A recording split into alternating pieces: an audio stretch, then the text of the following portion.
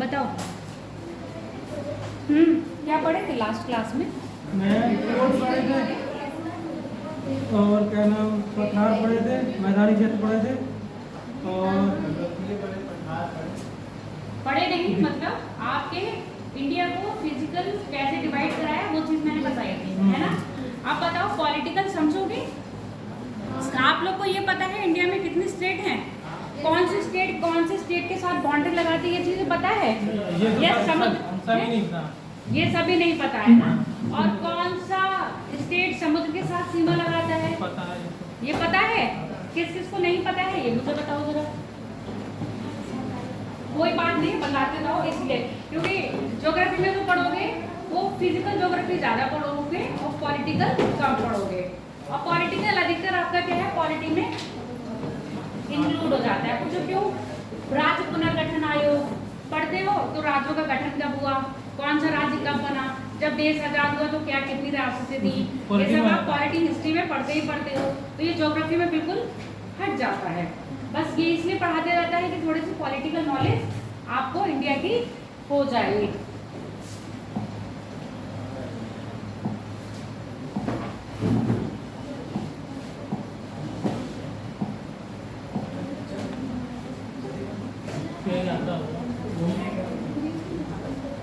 आ जाओ इधर आ जाओ। अच्छा मेरी बात सुनो, लैटिट्यूड और लॉन्गिट्यूड पता है? इंडिया का विस्तार बताओ। लॉन्गिट्यूडनल, लॉन्ग का मतलब खड़ा, लैटिट्यूड का मतलब लेटा। सिर्फ ऐसे ही याद कर लो। हिंदी में अक्षांश और देशांतर बोलेंगे नॉर्मली सबको पता होता है।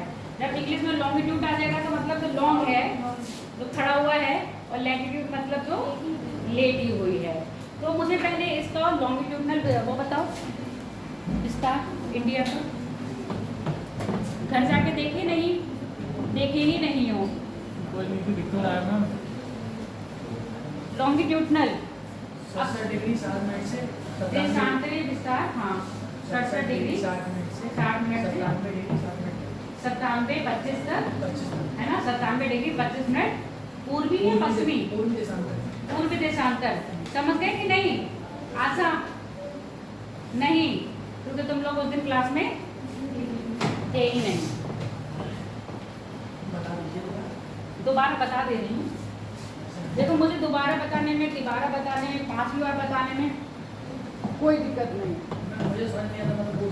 ठीक, यही बात है। कई लोग क्या शर्म करते हैं। मैंने चरण ने पिछली बार शर्म वो करी थी, इसको बड़ी वो होती थी। शर्म का मतलब है नहीं पूछता था ये। इसके साथ वो बैठा था वजाहत। वजाहत 4 साल से पढ़ रहा है, उसके पास ऐसी कोई भी किताब नहीं होगी जो उसके पास नहीं ना हो। वो सारी किताबों से पढ़ता है। ठीक, वो लड़का 4 साल कोचिंग कर रहा है, पढ़ ही रहा है कंटिन्यूसली। वो अगर ऐसी चीजें पूछे तो फिर लगता है कि नॉनसेंस वाली बात है। अब जो बच्चा पहली बार आया है कंपटीशन में, कभी पढ़ा ही नहीं है, वो क्वेश्चन पूछेगा तो उसमें कोई दिक्कत तो नहीं है। पर आप लोगों को मैं 1000 बार यही बात समझा चुकी हूँ। ये मत देखा करो कि पुराने बच्चे बोल रहे हैं, पुरानों में भी कुछ ऐसे हैं, इनसे पूछोगे तो इन्हें नहीं आएगा। नहीं आ रहा है समझ में तो पूछा करो। कई बच्चे वास्तव में ऐसा बैकग्राउंड है जो इन्होंने डिस्टेंस से BA कर लिया होगा, कभी कॉलेज नहीं गए होंगे, सिर्फ प्राइवेट फॉर्म डाल दिया, प्राइवेट BA करो और एग्जाम देके अपना पास हो गए, कॉलेज गए ही नहीं होंगे। है कि नहीं होंगे? ठीक है, तो उन लोग को पता नहीं है कि लेक्चर, जैसे हम लोग तो रेगुलर रहे थे तो पता होता था, लेक्चर लिया, जो हमें इंपॉर्टेंट लग रहा है वो फटाफट नोट डाउन कर लिया, डिक्टेट करके। हमारे कॉलेज में कभी लिखवाया ही नहीं गया, बस हमको ये बोल देते थे हमारे पास सुनते जाओ और जो इंपॉर्टेंट लग रहा है वो नोट डाउन करते जाओ। बाकी बुक्स बता दी, अपना बुक्स पढ़ो और अपने नोट्स बना लो। नोट्स बनाने की आदत है तो ठीक है, नहीं बनाने की आदत है तो बुक से अपना पढ़ते रहो एग्जाम टाइम में। अब क्या है, यहाँ पर बहुत सारी चीजें आपको डेटा का ना अलग अलग से मिलेगा। कभी क्या होता है, डेटा चेंज हो जाता है। अब डेटा चेंज होगा तो उसमें नई इन्फॉर्मेशन डालनी होगी।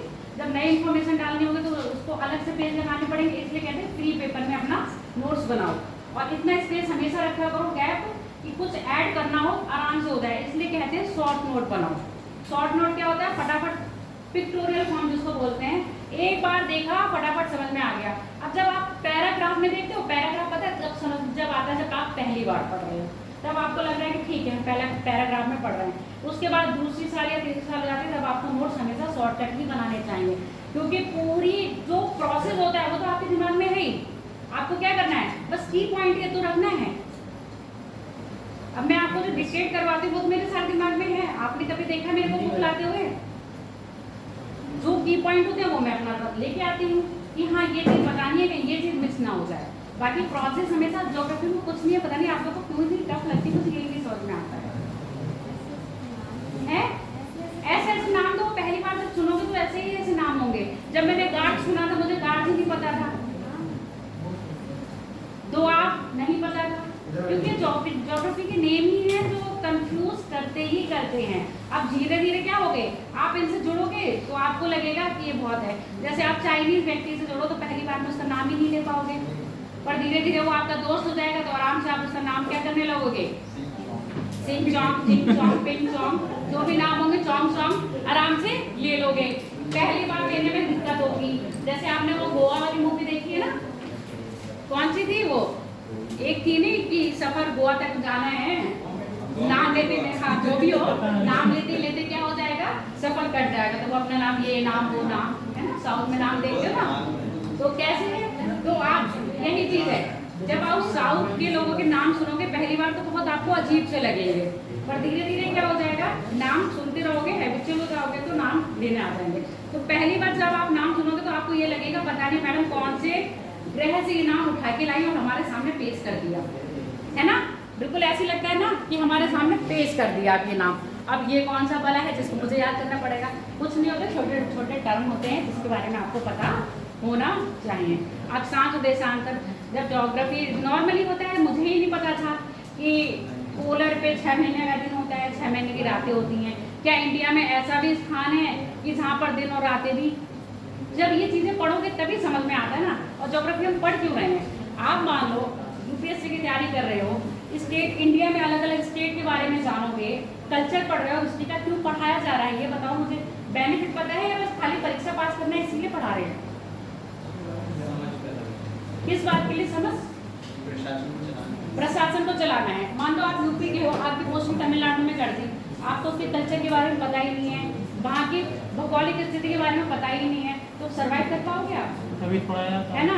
इसलिए आपको ज्योग्राफी पढ़ाई जाती है, पॉलिटिकल और आपका फिजिकल, ताकि आप कम से कम वहाँ जाने से पहले उसके बारे में थोड़ी सामान्य जानकारी तो रख सकते हो ना, इसलिए ये सब चीज़ें पढ़ाई जाती है। ये नहीं है कि पेपर ही क्वालिफाई करवाना है। और अपने देश में रह रहे हो, अपने देश के बारे में नहीं जानोगे तो बेकार है। जैसे घर में रहते हो तो सारे फैमिली मेंबर्स के बारे में जानना आपके लिए जरूरी है। आप अपने मम्मी पापा का, पापा गुस्से में है, आराम से उनका फेस देख के जान जाते होगे, तो फिर कमरे से निकलते ही नहीं होगे पापा आज गुस्से में है, बोलेंगे ही नहीं। मम्मी का फेस देख के जान जाते हो कि मम्मी आज गुस्से में है, बोलेंगे ही नहीं। तो क्या है ये चीज़, आप उनको अच्छी तरह जानने लगे हो। तो यहाँ भी यही चीज़ तो है, आपको अपनी इंडिया, अपने अर्थ के बारे में जानना है। हाँ, अब बात करते हैं लैटिट्यूड और लॉन्गिट्यूड। ये जो खड़े खड़े देशांतर है वो मिले जा रहे हैं आपके,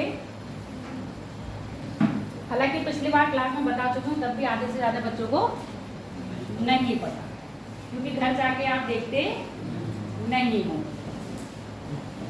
ये कौन सा देशांतर है, पूर्वी है या पश्चिमी है? पश्चिमी। पक्का पश्चिमी है, पूर्वी है। देखो आधे पूर्वी है। हम देशांतर भारत के एस्पेक्ट में बात कर रहे हैं, तो भारत का पूरा विस्तार किसमें है, पूर्वी गोलार्ध में है। तो जितने भी देशांतर आएंगे सारे पूर्वी आएंगे, पश्चिमी की बात करनी नहीं है। भारत के एस्पेक्ट में पश्चिमी आप भूल जाएंगे। तो कौन सा देशांतर है, पूर्वी। कहाँ से शुरू हो रहा है, 68 डिग्री 7 मिनट से।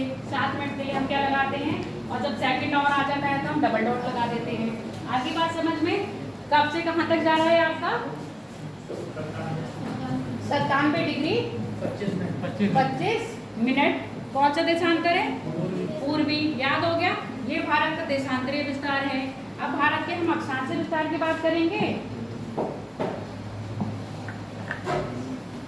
नीचे होगा कि नहीं होगा, जूम या स्मॉल भी कर दो तब भी नहीं रुकता है, ये 100% भी आके रुकता है। ओके, अक्षांश विस्तार बताओ भारत का।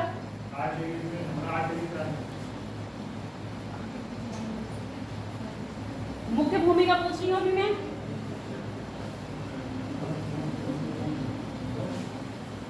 कितना है 8 डिग्री 4 मिनट। कौन सा अक्षांश आएगा ये? उत्तरी आएगा या दक्षिणी? बताओ पलक किस सहेली सुमन, उत्तरी आएगा या दक्षिणी आएगा?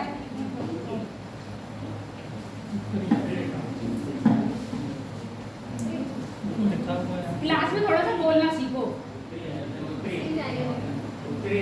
उत्तरी आएगा। और यहाँ पर 37 डिग्री 7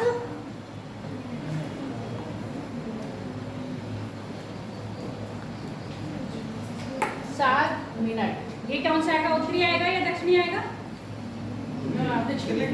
6 मिनट उत्तरी रहेगा। उत्तरी रहेगा। अब इससे पता चल रहा है भारत का पूरा क्या है? उत्तरी और पूर्वी गोलार्ध में है। इसलिए देशांतर का भी देखोगे तो पूर्वी देशांतर देखोगे, अक्षांश का भी देखोगे तो उत्तरी अक्षांश देखोगे, कभी भी दक्षिणी अक्षांश नहीं देखोगे। ये तो भारत की मुख्य भूमि। मैप चला गया यहाँ से आज? कोई नहीं है यहाँ पर। नहीं भैया रहने दीजिए, कोई दिक्कत टंग जाएगा, ले आओ। आ जाएगा भाई। सुन लो। अब उधर मैप के चक्कर मत पड़ो। ये भारत की मुख्य भूमि हो गई। अब हम यहाँ पर अंडमान निकोबार क्या है? भारत का द्वीप समूह है, यानी कि अंडमान निकोबार भी भारत में आता है। अब ये देखो यहाँ ऊपर है, यहाँ नीचे है। तो भारत का अगर द्वीपीय क्षेत्र विस्तार पूछा जाएगा तो कितना आ जाएगा? 6 डिग्री 4 मिनट उत्तरी अक्षांश। हाँ 4 मिनट वो जो 1 2 3 4 5 6 और लाइनें चलती है ना, वो डिग्री में बनाया है, इसलिए उससे थोड़ा सा ऊपर जाएगा। पूरा 6 डिग्री पे नहीं है, 6 डिग्री से थोड़ा सा ऊपर पे है। फिर उसके बाद 7 डिग्री आ जाएगा, फिर 8 डिग्री आएगा। समझ गए? डिग्री ऐसे समझो जैसे आपकी घड़ी में चलता है ना 12, ठीक है, 12 के बाद 5 मिनट। यहाँ पर 1 2 3 4 5 ये चलता है ना, सेकंड वाली सुई चलती रहती है, तो वही ये डिग्री में लिया है इन्होंने, सेकंड में और मिनट में। डिग्री की इकाई है ना। 1 डिग्री में 100 पॉइंट। 100 नहीं होंगे, मुझे लगा यहाँ 10 में मान रखा होगा। 25 है तो फिर 100 में मान रखा होगा, ठीक है। 100 डिग्री का इन्होंने मतलब 100 मिनट का 1 डिग्री मान रखा है। जाओ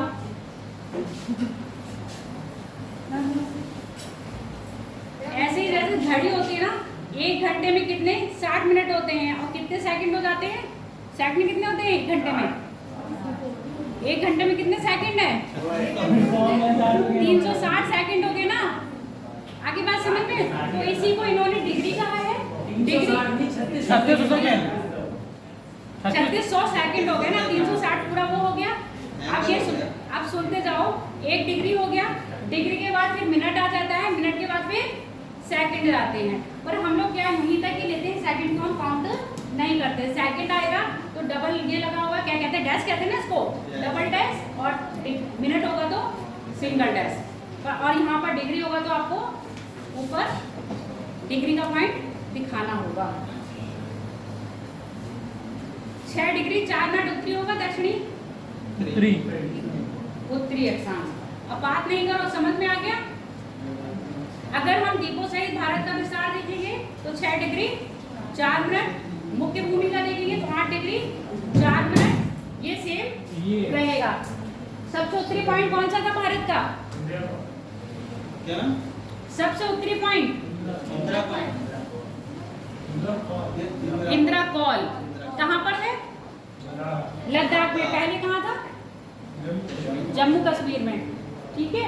और सबसे दक्षिणतम पॉइंट ये मुख्य भूमि का केप कैमोरियन या कन्याकुमारी, ठीक है। और द्वीपों सहित सबसे लास्ट में पूछा जाएगा तो इंदिरा पॉइंट कहाँ पर है? अंडमान में है या निकोबार में? निकोबार द्वीप समूह में। कौन से निकोबार में है? ग्रेट निकोबार में। आगे बात समझ में? तो द्वीप निकोबार भी किसमें डिवाइड है? छोटे छोटे द्वीपों में है ना, कई द्वीपों का समूह है, और जिसमें अभी सरकार ने क्या करा है, कई द्वीपों के नाम चेंज करे हैं। जिसमें क्या है आपका किसके से उत्तर प्रदेश के किसी नाम पे रखा गया है क्या? बताओ किस पे रखा गया है?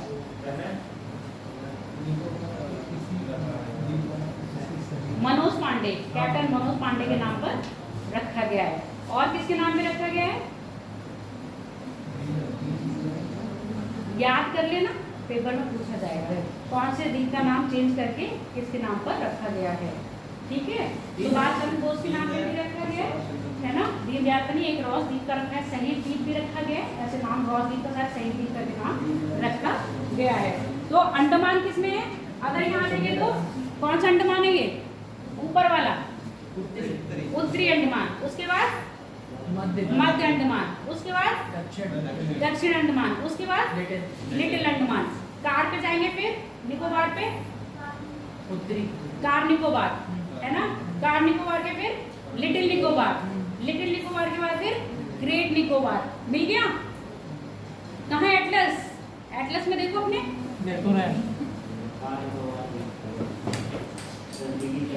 एटलस में देखते जाओ। ये करवा चुकी हूँ मैं, तब पे तुम लोग पढ़ के नहीं आए। समझ में आ गए? अब तो कोई डाउट नहीं है। पीछे अभिषेक, कौशल, पड़ोस में सोनाली, अच्छा सलोनी, कोई बात नहीं, सलोनी सोनाली। तुम लोग को ज्योग्राफी के नाम याद नहीं होते, मुझे तुम्हारे नाम याद नहीं होते हैं, कुछ भी समझ लो। सलोनी आया समझ में? ये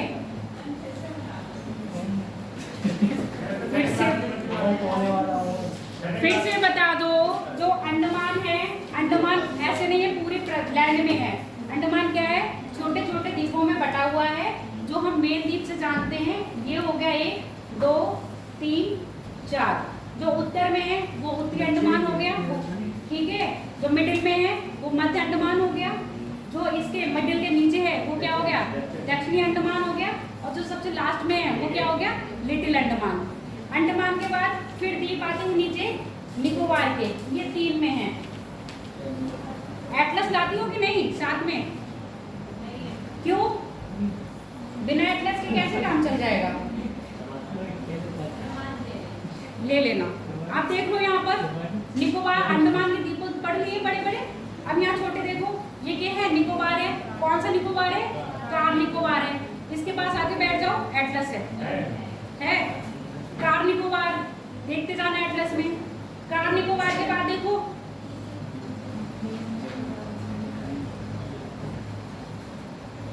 लिटिल निकोबार, और लिटिल निकोबार के बाद देखो ग्रेट निकोबार। तीनों निकोबार हो गए। जो आपका सबसे दक्षिणतम बिंदु है भारत के द्वीपों का, उसको कहते हैं इंदिरा पॉइंट। किस पर है? आपके ग्रेट निकोबार पे है। अब यहाँ पूछा जाता है अंडमान और निकोबार को अलग करने वाली रेखा कौन सी है? कौन सा है? कौन सा चैनल अलग करता है अंडमान निकोबार को? 10 डिग्री चैनल अलग करता है, क्योंकि आपने देखा 6 डिग्री का विस्तार यहाँ पर है, फिर 8 डिग्री लगभग यहाँ कहीं आएगा, उसके बाद आपका 10 डिग्री चैनल अलग करता है। अब पूछा जाएगा कार निकोबार को, और ये कौन सा है? लिटिल अंडमान, वो सॉरी लिटिल अंडमान है। और ये आपका कौन सा है? दक्षिणी है, फिर लिटिल है। दक्षिणी अंडमान को लिटिल अंडमान से कौन अलग कर रहा है? दक्कन दिख रहा है? दक्कन पास दिख रहा है? नहीं नहीं लिखा है, इसमें नहीं लिखा है ना, तो लिख लो दक्कन पास लिख लो। दक्षिणी अंडमान को मध्य अंडमान से अलग करता है। दक्षिणी को लिटिल से मध्य? तू कंफ्यूज लिटिल होगा।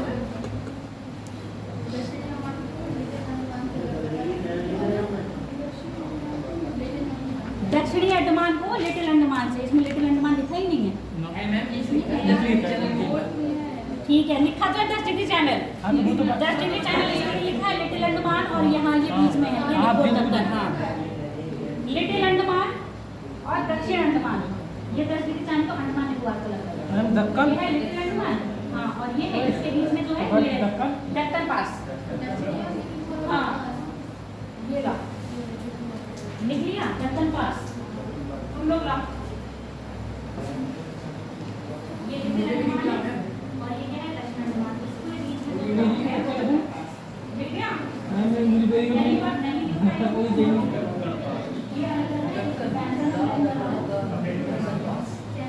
दक्कन वाला दक्कन दक्कन पास या दक्कन पास, ठीक है। टाइम जोन कहाँ से निकलता है? IST कौन सा लाइन है वो?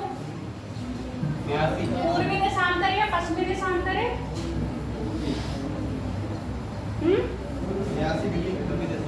82 डिग्री, पूरे 82 डिग्री है, 82.5 डिग्री है, 82.5 डिग्री। कुछ ऐसे निकल रहा है।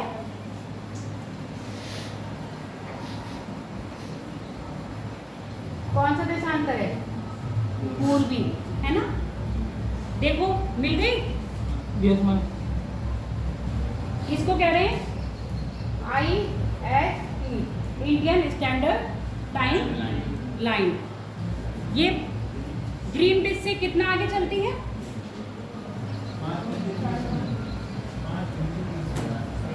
अगर हम यहाँ GMT की बात करें तो GMT से 5.5 घंटे, प्लस का मतलब क्या है? आगे चल रही है, और माइनस का मतलब क्या होगा? पीछे। यानी कि GMT में आपका जो ग्रीन डिश मीन टाइम है वो क्या चल रहा होगा? आगे। किससे? अब ऐसे कोई देश है जिससे ग्रीन डिश का टाइम आगे चलता है? कौन कौन से देश हो सकते हैं ऐसे? अधिकतर नॉर्थ अमेरिका के कॉन्टिनेंट जो होंगे, या आपका जो ग्रीनलैंड है या आयरलैंड है, ये सब क्या होंगे? या आइसलैंड है, ये सब इनका टाइम क्या चल रहा होगा? ग्रीन डिश से पीछे। और पूरब में जितने देश हैं वो क्या चल रहे होंगे?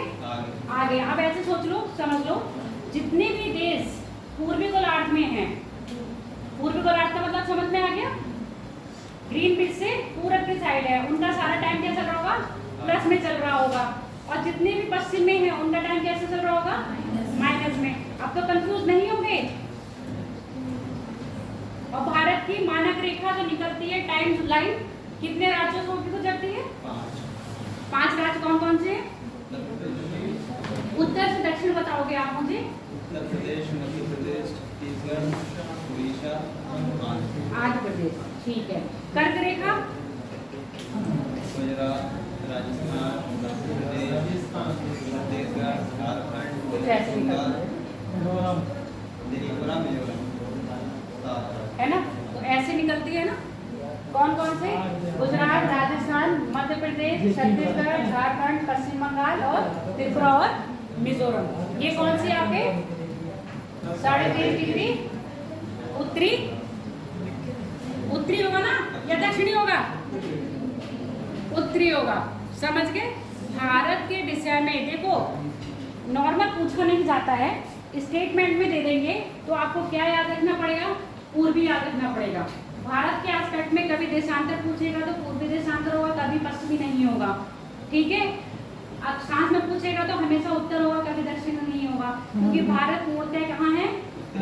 उत्तरी और पूर्वी गोलार्ध में है।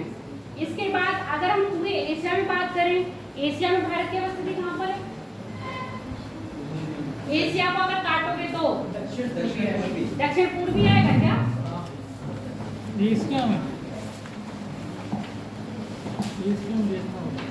देखना पड़ेगा, इस चीज को भी देखना है, दिमाग में ये चीजें रखो। कभी नींद में भी, ज्योग्राफी वाले बच्चों से कभी भी नींद में उठ के भी कोई पूछे कि एशिया में इंडिया की स्थिति कहाँ पर है, तो सीधे बोल देना चाहिए दक्षिण एशिया। अब क्यों बोले हैं? अब क्यों बोले कि दक्षिण में ही आएगा?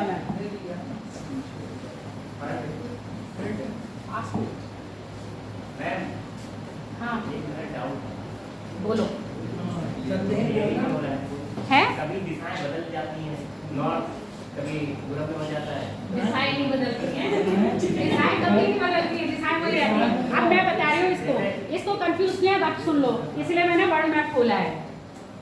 इसीलिए खोला है पहले मैंने। ये वाला था ये भारत का अब मैं उसकी पहले कंफ्यूजन है ना वो जरा आगे आगे बैठ जाओ कौशल। मसला आ गया आ गया भाई। स्क्रीन पे चेक करो दिशा में बदल रहा है। नहीं वो कह रहा है ना कि मैम भारत में उत्तर पूर्व पश्चिम, अभी आप ये पश्चिम कह रहे थे, वो कंफ्यूज है इसलिए मैं बता रही क्यों कंफ्यूज है। क्या हो गया?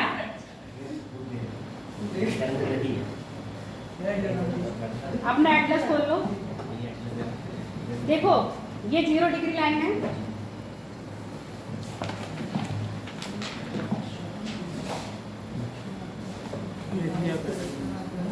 ठीक है। आप सुन लो, ये 0 डिग्री ये पूरी आपकी समझ लो अर्थ है। इसका इधर क्या होगा पश्चिम और इधर क्या हो गया पूरब, यही डायरेक्शन। अब हम इक्वेटर है, ये हमारा कहाँ चला गया, ऐसे मान लो ये इक्वेटर है। अब इक्वेटर में ये क्या हो गया ईस्ट, ये हो गया वेस्ट, ये हो गया नॉर्थ। अब देख लो आराम से कौशल, ये पूरे वर्ल्ड में बांटा।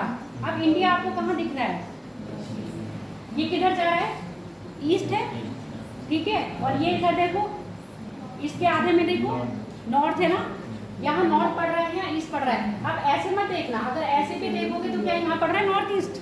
इंडिया नॉर्थ ईस्ट में पड़ा कभी नहीं पड़ रहा ना, इंडिया तो कहाँ पड़ रहा है ईस्ट में पड़ रहा है। सीधा देखो तो इंडिया ईस्ट में पड़ेगा। चाइना के एस्पेक्ट में देखोगे तो इंडिया साउथ। अब एशिया देखो, अब यहाँ से डिवाइड हो गया एशिया, आपका ये डिवाइड हो रहा है, ठीक है ऐसे। अब एशिया यहाँ डिवाइड हुआ, अब एशिया को मैं बांट दूँ ऐसे, इसको कलर चेंज कर दूँ क्या,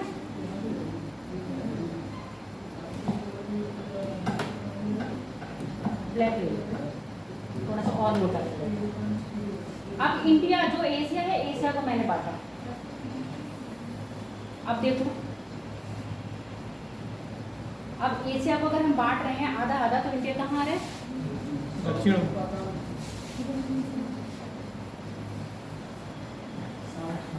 दक्षिण में आएगा। दक्षिण में आ गया, ठीक है। यानी कि आपका दक्षिण में एशिया के एस्पेक्ट में इंडिया कहाँ बचा हुआ है दक्षिण में। और ये वाले जो देश बचे आए हैं वो कहाँ पर हैं आपके, अब यहाँ भी ईस्ट रहेगा, ये नॉर्थ रहेगा, ये साउथ रहेगा और ये वेस्ट रहेगा। कुछ अलग हुआ दिशा में, यही ईस्ट है यही ईस्ट है, यही वेस्ट है यही वेस्ट है, नॉर्थ वही है नॉर्थ भी वही है, साउथ भी वही है साउथ भी वही है। अब हमने उसको क्या कर दिया छोटे में कर दिया, दिशा वही है। अब हम पूरी अर्थ में देखेंगे तो इंडिया हमारे किस में है पूर्वी में, यानी कि आप इधर देख रहे हैं। अब देखो कौशल समझ लो, इस लाइन से इंडिया किधर है पूरब में है ना, तो इसलिए इंडिया को हमने कहा है पूरब में। अब इस लाइन से इंडिया किधर है उत्तर में है, इसलिए हम इंडिया को बोल रहे हैं इंडिया उत्तर पूर्वी गोलार्ध में है। कब बात करेंगे जब हम पूरे वर्ल्ड की बात कर रहे हैं। अब हम एशिया की बात करेंगे, सिर्फ एक कॉन्टिनेंट को उठा रहे हैं, तो एशिया में इंडिया की अवस्थिति कहाँ पर है दक्षिण में है। आगे बात समझ में। अब एशिया को आधा बांटोगे तो ये क्या हो गया दक्षिण में। अब हम इन सबको हटा दे रहे हैं, यहाँ तो कोई डाउट नहीं ना।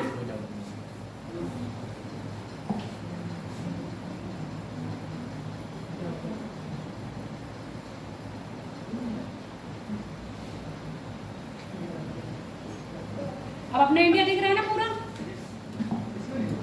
अब हम ऐसे इंडिया को बांट दे रहे हैं।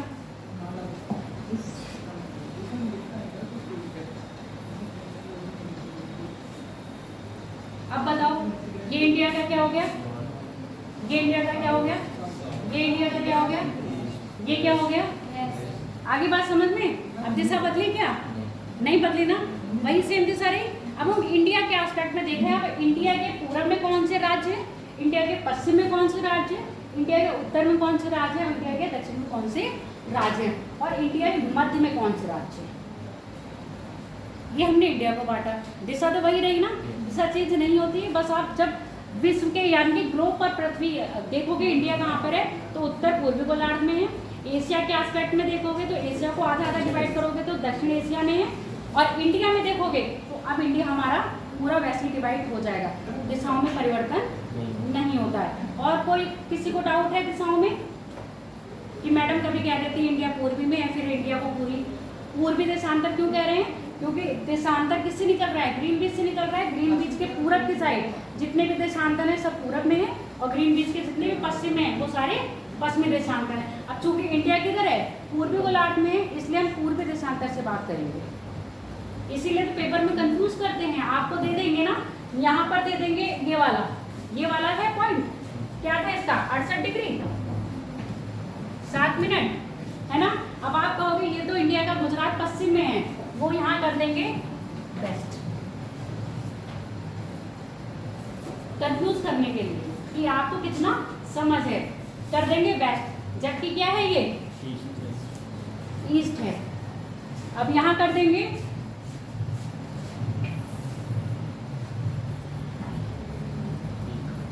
97 डिग्री 25 मिनट। ये क्या है, इंडिया के पूरब है ना, तो ये रखेंगे ईस्ट। कई लोग कंफ्यूज होते हैं कि गुजरात पश्चिम में है तो क्या होगा, वेस्ट होगा, और ये क्या है ईस्ट में है तो यहाँ ईस्ट रहेगा। तो आप आंसर मार के आ जाओगे ये वाला। अब दूसरा ही आंसर को क्या करेंगे, 68 डिग्री 7 मिनट ईस्ट से 97 25 ईस्ट। आपका आंसर क्या सही होगा, क्योंकि देशांतरी विस्तार क्या है आपका पूरब में है। भले ही ये इंडिया का पश्चिम में है, पर यहाँ पर देशांतर कौन सा आ रहा है, पूर्वी देशांतर आ रहा है। अब तो कोई डाउट नहीं है, क्लियर हो गया आप लोगों को? नहीं पक्का? क्वेश्चन पूछूं अब से?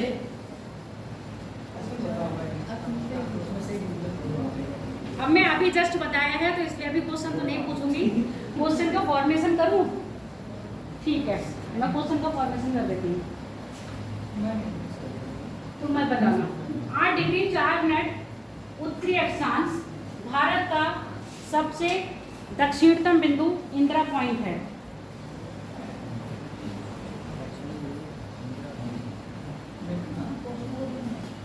लिखो, आंसर दे दो। अगर समझ गए हो तो आंसर दे दो इसका मुझे। तुम नहीं दोगे और कोई देगा। क्या नाम क्या? देखो आधे लोगों को क्वेश्चन नहीं पता, तभी कह रहे क्वेश्चन लिखो। 8 degree 4 minute 8 degree 4 minute Bharat का सबसे दक्षिणतम बिंदु, भारत का सबसे दक्षिणतम बिंदु इंदिरा पॉइंट अवस्थित है। इंदिरा पॉइंट अवस्थित है। अब ये बताओ, ये मैंने सही बोला है या गलत बोला है?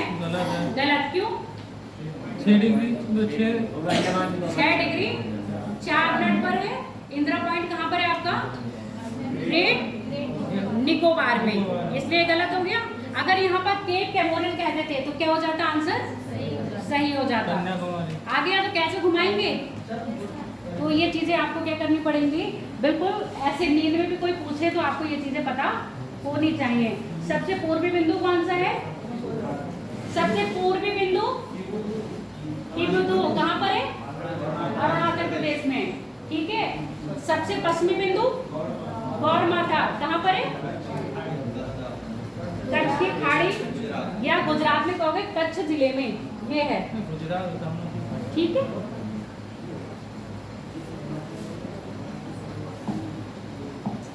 अब तो कोई और किसी को डाउट है तो पूछ लो, फिर आगे बढ़े।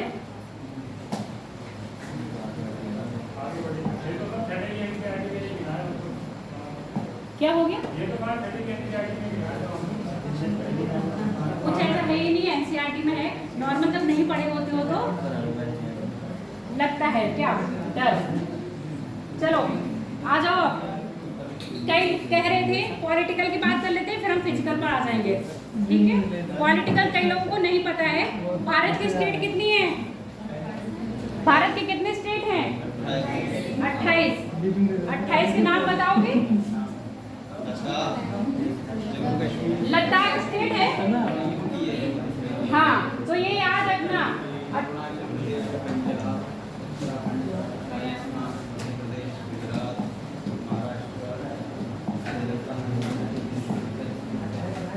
ये चल नहीं रहा है, ये 28 क्या है आपके राज्य, यानी कि स्टेट। यूटी कितने हैं? यूनियन टेरिटरी 8 हैं। सबको पता है यूनियन टेरिटरी 8 कौन कौन सी है? तुम तो रहने ही दो। अच्छा, जब भारत 2019 से पहले कितनी थी? कितने राज्य थे? 29। और स्टेट कितनी थी? यूटी 7 थी। ठीक है। फिर जम्मू कश्मीर 2019 के बाद क्या बन गया आपका? किसमें टूट गया? 2 यूटी में। तो कितनी यूटी हो गई थी? 9। उसके बाद जस्ट थोड़े दिन बाद क्या हो गया? फिर से आपकी यूटी कितनी हो गई? 8।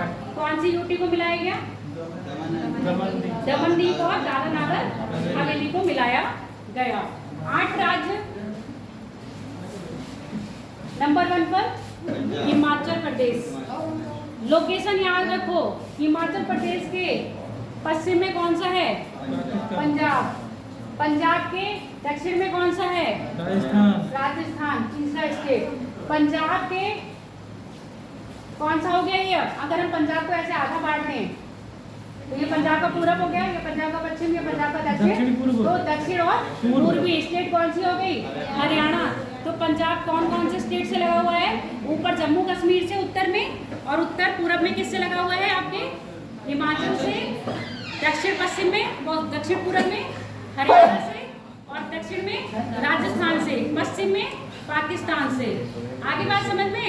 तो ऐसे याद रखोगे पंजाब की। अब आप पंजाब स्टेट का तो नहीं दे रहे हो, उत्तर प्रदेश स्टेट का दे रहे हो, तो हो सकता है कभी उत्तर प्रदेश स्टेट में पूछा जाए। क्योंकि अब जब पढ़ाई कर रहे हैं तो ऐसा भी नहीं है कि अदर स्टेट का नहीं दोगे। तो सारे स्टेट, कौन सा स्टेट कौन सी स्टेट से बाउंड्री शेयर करता है, उसको भी आपको याद रखना है। उत्तर प्रदेश की बात करें तो उत्तर प्रदेश का पंजाब से कर रहा है सीमा साझा? नहीं। किससे करता है? हिमाचल से कर रहा है, उत्तराखंड से कर रहा है, हरियाणा से कर रहा है, दिल्ली से कर रहा है, मध्य प्रदेश से कर रहा है, राजस्थान से कर रहा है, छत्तीसगढ़ से कर रहा है, झारखंड से कर रहा है, और बिहार से कर रहा है। पूरब में किससे करता है? बिहार में। पूरब और दक्षिण में किससे कर रहा है? झारखंड से। झारखंड। अब उत्तर प्रदेश को अगर ऐसे डिवाइड करोगे आप, क्या हो जाएगा? चंडीगढ़ भी तो आया। चंडीगढ़ कहाँ आ रहा है बेटा? छत्तीसगढ़ है। ठीक है, आप सुन लो। तो एमपी, उत्तर प्रदेश के दक्षिण में कौन सा स्टेट है? मध्य प्रदेश। और इधर सही कह रहा है। पूरब में, पश्चिम में एमपी वही आ रहा है सेम। उसके बाद इधर चले जाओगे उत्तर में। अब यहाँ पर ऐसा लेवल देखोगे, उत्तर में उत्तराखंड, फिर जरा सा हमें हल्की से बाउंड्री कर रहा है आपका हिमाचल से। आगे बात समझ में? पूछा जाएगा सबसे ज्यादा किससे करता है उत्तर प्रदेश सीमा? मध्य प्रदेश से। सबसे कम हिमाचल प्रदेश से। ऐसे ही भारत के बारे में पूछा जाता है। भारत की सबसे लंबी सीमा बांग्लादेश के साथ, और सबसे छोटी सीमा अफगानिस्तान के साथ। ठीक है, तो ऐसे ही आपको याद करना है। तो पहली हो गई हिमाचल। हिमाचल के साउथ में जाओगे तो उत्तराखंड, उत्तराखंड के साउथ में आओगे तो यूपी, यूपी के ईस्ट में चले जाओगे तो बिहार के ईस्ट में जाओगे पश्चिम बंगाल, पश्चिम बंगाल के ईस्ट में जाओगे, पश्चिम बंगाल के ईस्ट में जाओगे अरुणाचल प्रदेश। ठीक है, दिसपुर। फिर आपका अरुणाचल प्रदेश, अरुणाचल प्रदेश के साउथ में जाओगे तो नागालैंड, नागालैंड के साउथ में मिजोरम, मणिपुर, मणिपुर के साउथ में मिजोरम। अब मिजोरम के किधर आओगे? पश्चिम में, तो कौन सा आएगा? मिजोरम के बाद त्रिपुरा, त्रिपुरा के पश्चिम में आ जाओगे तो क्या आ जाएगा आपका? बांग्लादेश। तो यहाँ पर आप ये याद कर चुके हो। अब इसके बाद आओगे बिहार के दक्षिण में झारखंड, झारखंड के दक्षिण में उड़ीसा के दक्षिण में आंध्र प्रदेश के दक्षिण में तमिलनाडु के पश्चिम में केरल के उत्तर में कर्नाटक के उत्तर में गोवा के उत्तर में महाराष्ट्र के उत्तर में उत्तर पश्चिम बोल दो, वो सॉरी उत्तर पश्चिम में क्या हो गया? गुजरात। और महाराष्ट्र उत्तर में मध्य प्रदेश। लैंड लॉक की बात करी थी, ऐसे ही लैंड लॉक राज्य पूछे जाते हैं। ऐसा राज्य जो समुद्र से भी सीमा न लगाता हो और किसी देश से भी सीमा न लगाता हो। क्या उत्तर प्रदेश ऐसा राज्य है? नहीं। लैंडलॉक कंट्री, लैंडलॉक स्टेट है? लग रही है उसकी सीमा किससे लग रही है? नेपाल से लग रही है। तेलंगाना ऐसा राज्य है जो किसी भी देश के साथ सीमा भी नहीं लगा रहा है, समुद्र की सीमा नहीं है। सेम ऐसा कि आपका कौन है? मध्य प्रदेश। छत्तीसगढ़ भी ऐसा ही है, झारखंड भी ऐसा ही है। आगे बात समझ में? और आपका हरियाणा भी ऐसा ही राज्य है। तो ऐसे राज्य की बना लोगे भारत में स्थल अवरुद्ध राज्य, देश नहीं राज्य। ऐसे राज्य फिर उनकी क्या लिखोगे? परिभाषा लिखोगे। ऐसे राज्य जो किसी अपनी सीमा ना ही किसी देश के साथ लगाते हैं, ना ही उनके पास अपनी सामुद्रिक सीमा है। ठीक है, तो ऐसे राज्य किस में आ जाएंगे? आपके स्थल अवरुद्ध राज्य में। देश कब आएंगे? जब हम विश्व की बात करेंगे। राज्य कब आएंगे? जब हम भारत की बात करेंगे। तो ये चीजें याद रखना।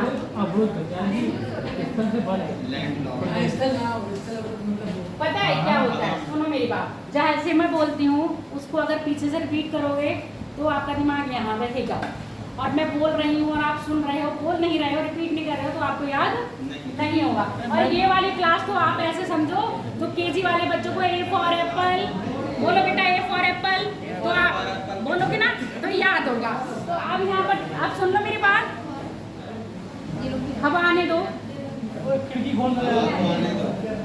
बैठ जाओ बेटा, उसको कोई दिक्कत नहीं, बारिश नहीं आएगी। अब भारत के कौन से राज्य हैं जो किसके साथ सीमा लगा रहे हैं? समुद्र के साथ। गुजरात। पहला देखो, गुजरात। 9 ऐसे राज्य हैं जो किसके साथ सीमा लगाते हैं? बांग्लादेश। पहला हो गया, दिख रहा है ना? मैं इधर से रहा हूँ। ये रंग दिख रहा है। दूसरा क्या हो गया? महाराष्ट्र। तीसरा क्या हो गया? कर्नाटक। वो भूल जाओगे। बीच गुजरात है। चौथा क्या हो गया? पांचवा क्या हो गया? केरला। छठा? तमिल। सातवां? आंध्रा। आठवां? उड़ीसा। नौवां? बांग्लादेश। हो गए 9 राज्य। सबसे ज्यादा सीमा लगाता है गुजरात। राज्य में पूछेगा तो सबसे ज्यादा सीमा लगाएगा गुजरात, और स्टेट में पूछ जाएगा तो आपका अंडमान निकोबार आ जाएगा। इन दोनों में कंपेयर करा जाएगा, कभी पूछा जाएगा तो आपका अंडमान निकोबार सबसे ज्यादा समुद्री सीमा लगाता है।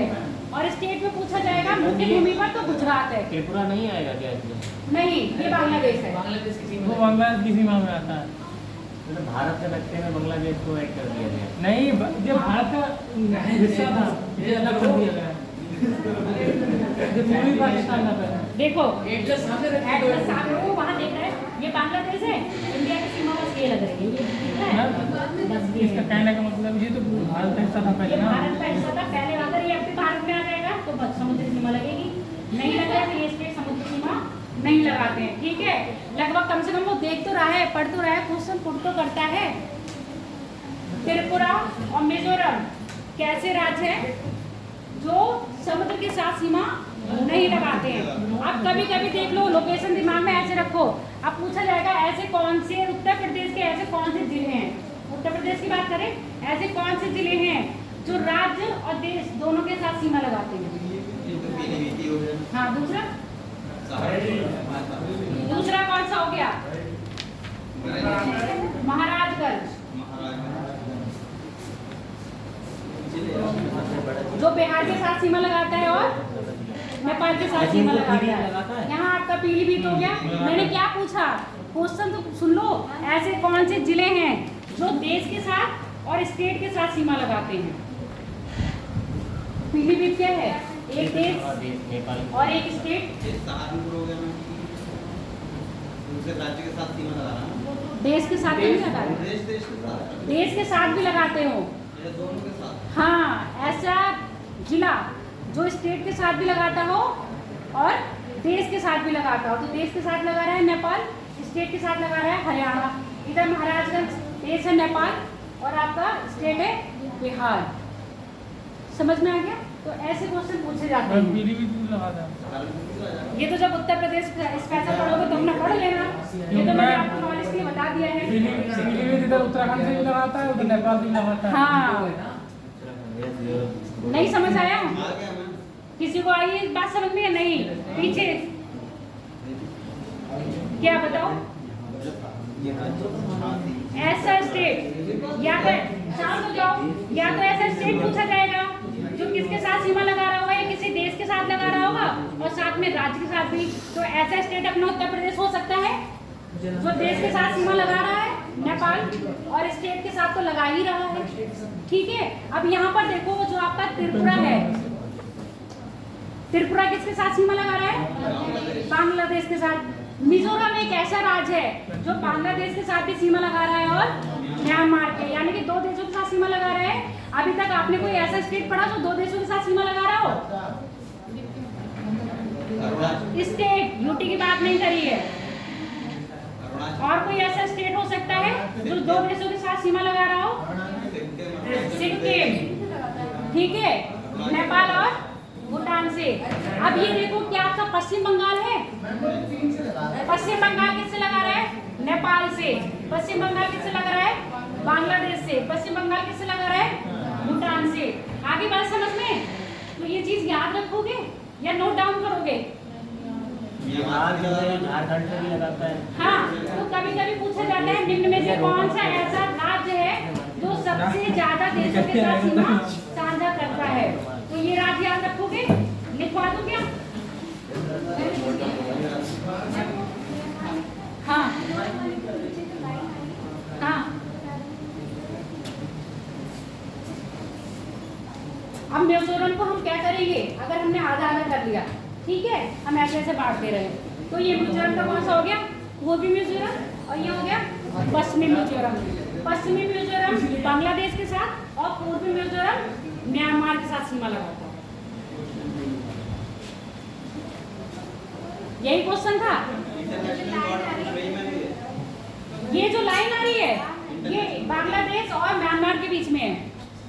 ये बांग्लादेश की सीमा को वो कर रहा है। जितना रंगा हुआ कलरफुल दिख रहा है बस वही इंडिया है, जो व्हाइट दिख रहा है वो अदर देश है। ठीक, और ये जो पर्पल लाइन है ये बॉर्डर बना रही है बांग्लादेश का और म्यांमार के बीच में। लिख लो, हो गया। कॉपी खोलो, लिखो। भारत के विभिन्न राज्य जो देशों के साथ सीमा बनाते हैं। भारत के विभिन्न राज्य जो देशों के साथ सीमा साझा करते हैं। पहला लिखो उत्तर प्रदेश। उत्तर प्रदेश, उत्तर प्रदेश मात्र किसी एक ही देश के साथ सीमा साझा करता है। वो देश कौन सा है आपका? नेपाल। नेपाल। बहुत तेज बोले, अच्छी बात है। यही बात बताने की है। बिहार, बिहार भी ऐसा राज्य है जो किसके साथ सीमा करता है? नेपाल। नेपाल, सिर्फ एक ही के साथ। उत्तराखंड 2 देशों के साथ सीमा साझा करता है, एक तो नेपाल, दूसरा आपका चीन। उत्तराखंड नेपाल और चीन के साथ सीमा साझा करता है। इसके बाद आप हिमाचल में आ जाओ। हिमाचल भी सिर्फ एक ही के साथ सीमा साझा कर रहा है, वो किसके साथ कर रहा है? चीन। तो अभी तक आपने 2-3 राज्य ऐसे देखे हैं जो एक ही देश के साथ सीमा साझा कर रहे हैं। उत्तर प्रदेश नेपाल के साथ, बिहार नेपाल के साथ, हिमाचल प्रदेश चीन के साथ। उत्तराखंड 2 के साथ सीमा साझा कर रहा है, किसके साथ? नेपाल और चीन के साथ। पंजाब पाकिस्तान। पाकिस्तान के साथ सिर्फ एक के साथ सीमा साझा कर रहा है। राजस्थान, पंजाब वो पाकिस्तान। सलोनी, पाकिस्तान। राजस्थान किसके साथ कर रहा है? पाकिस्तान। गुजरात पाकिस्तान। सिर्फ पाकिस्तान के साथ कर रहा है ना। अब यहाँ आ जाओ, सिक्किम बताओ। सिक्किम चीन के साथ। 3 देश हैं, कौन कौन से हैं? चाइना, नेपाल और भूटान। भूटान। चीन 3 देशों के साथ सीमा साझा कर रहा हो। सिक्किम। सिक्किम 3 देशों के साथ सीमा साझा कर रहा है। चाइना उत्तर में कहाँ है? उत्तर में चीन के साथ, पूर्व में भूटान के साथ, पश्चिम में नेपाल के साथ। अरुणाचल प्रदेश देखो किसके साथ सीमा साझा कर रहा है? चीन के साथ। भूटान के साथ और चीन के साथ। चाइना के साथ, और इसके साथ साथ म्यांमार। मैं वही तो बताना है ना। बता रहे हैं 3 देश हो गए। कौन कौन से? पश्चिम में भूटान, उत्तर में चीन और पूर्व में म्यांमार। उत्तर में चीन है। उत्तर में चीन ऊपर होगी नहीं होगी यार। उत्तर में चीन है, पूरब में भूटान है और पश्चिम में वो अरुणाचल प्रदेश के पश्चिम में आपका भूटान हो गया, पूरब में म्यांमार है। आप देख लो नागालैंड किसके साथ सीमा कर रहा है? म्यांमार के साथ। मणिपुर, मिजोरम, ठीक हो गया। ये तीनों ही राज्य क्या कर रहे हैं? एक ही के साथ सीमा साझा कर रहे हैं। मिजोरम किसके साथ कर रहा है साझा? म्यांमार और बांग्लादेश, दो के साथ। जबकि आपका मणिपुर और नागालैंड सिर्फ एक ही के साथ सीमा साझा कर रहे हैं। और कौन से आपके? म्यांमार है। पश्चिम बंगाल लिख लो। पश्चिम बंगाल की सीमा नेपाल से भी लगती है, भूटान, बांग्लादेश से भी लग रही है और भूटान से भी लग रही है। 3 देश हो गए, नेपाल, भूटान और बांग्लादेश। और कोई बच रहा है? त्रिपुरा एकमात्र ऐसा राज्य है जो तीनों तरफ से किससे घिरा हुआ है? बांग्लादेश से।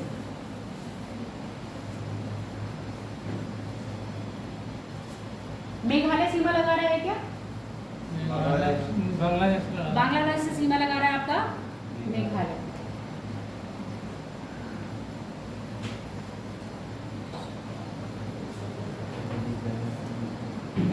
असम भी लगाएगा। असम भी किसके साथ लगा रहा है आपके? बांग्लादेश और भूटान। भूटान के साथ और बांग्लादेश के साथ। असम किसके साथ लगा रहा है? बांग्लादेश और भूटान के साथ। मिल गया सलोनी? पॉलिटिकल मैप देखो, पॉलिटिकल मैप में इतना ही है। और इस मैप को आप अपनी आंखों में ऐसे समा लेना जैसे नागिन फोटो खींचती है। किसका? नाग को मारने वाले का। सेम ऐसे ही आपको अपनी आंखों में फोटो खींच लेना है। सीमा बता दी, समुद्री सीमा। अगर राज्य में पूछा जाएगा तो गुजरात, इन दोनों में पूछा जाएगा तो अंडमान निकोबार, और सबसे छोटी सीमा गोवा।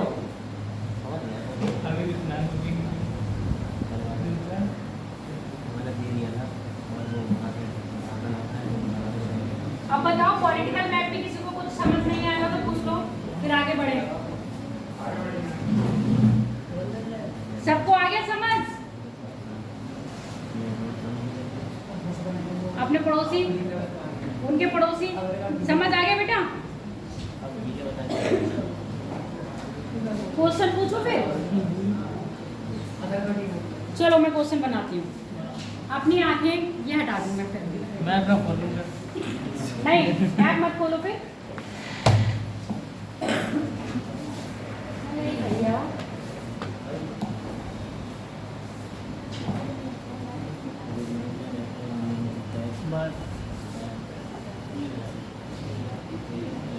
एड्रेस बंद करो।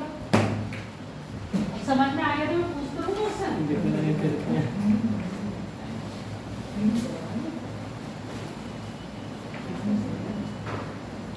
लिख लो, क्वेश्चन लिखो। करंट से रिलेटेड है क्वेश्चन। नॉर्मली एक दो के तो आंसर आप दे ही दोगे, ठीक है?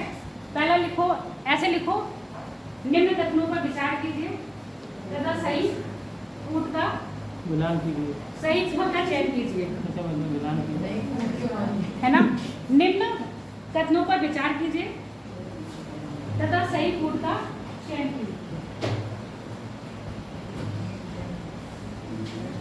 सेलेक्ट करो। मैम कूट का नाम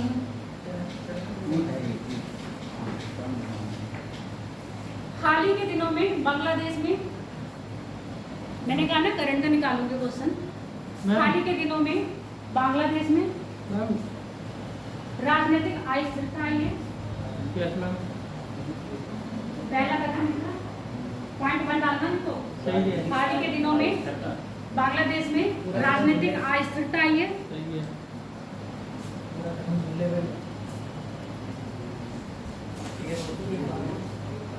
दूसरा पॉइंट लिखो,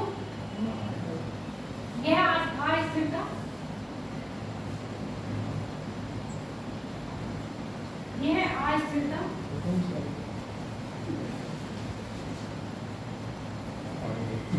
बस इतना होगा चलिए। राजनीतिक, यह अस्थिरता, राजनीतिक कूटनीति के कारण यह अस्थिरता, राजनीतिक कूटनीति मतलब आप गुटबंदी करते हो, इंसान बनना और ये करना, पब्लिक को ठेकाना और अहिंसा करवाना, ठीक है। कूटनीति के कारण आइए, सही है ये बात। आगे सही और गलत मत करो। अगला पॉइंट लिखो, भारत और बांग्लादेश के मध्य, भारत और बांग्लादेश के मध्य तीस्ता नदी समझौते के बीच में चीन की सहमति है। ये नहीं। भारत और बांग्लादेश के मध्य तीस्ता नदी समझौते में चीन की सहमति है। 3 हो गए। Yes ma'am. चौथा पॉइंट लिखो,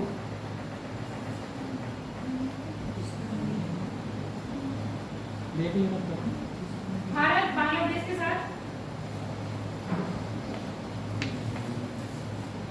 सबसे छोटी सीमा रेखा साझा करता है तथा 2 राज्यों से सीमा लगाता है। भारत बांग्लादेश के साथ सबसे छोटी सीमा साझा करता है। अगला देखो, तथा बांग्लादेश से भारत के 3 राज्य सीमा साझा करते हैं। अब ये चारों 5 स्टेटमेंट हैं। चौथा अभी गलत। कैसे बोल रहे हो, पढ़ने तो दो सबको। चौथा गलत है। अब ये बताओ इनमें से कौन सा सही है? सारे सही है या एक ही सही है या 2 सही है? मैम जो समझौता है उसके बारे में नहीं पता है, सब समझौता नहीं पता है, बगैर चौथा गलत है। मतलब ये जितना भी मैंने निकाला है सारा करंट का निकाला है, ठीक है। अभी करंट में एक चीज और भी रह गई है, बांग्लादेश से इतने में देखो।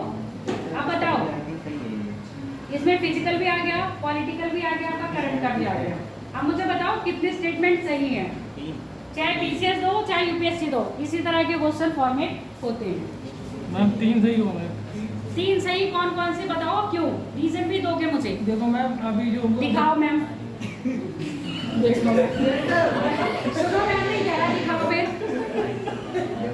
सॉरी, जो पहला है हाँ पहला है, वो अभी जो मैडम जी आई हैं प्रधानमंत्री शेख हसीना, वो मतलब ये तो राजनीतिक हो गया ना। राजनीति वाला हो गया पहला। पहला बोलो तो, मैंने बोल दिया ना क्वेश्चन, अब मुझे थोड़ी ना पता मैंने क्या क्या बोला। आप स्टेटमेंट पढ़ो फिर बताओ मैम ये स्टेटमेंट राइट है और क्यों राइट है। पहला स्टेटमेंट क्या बोला? हाल ही के दिनों एक ही में बोलेगा। हाँ हाल ही के दिनों में बांग्लादेश में राजनीतिक अस्थिरता आई है। वो तो सही है ठीक है, पहला सही हो गया।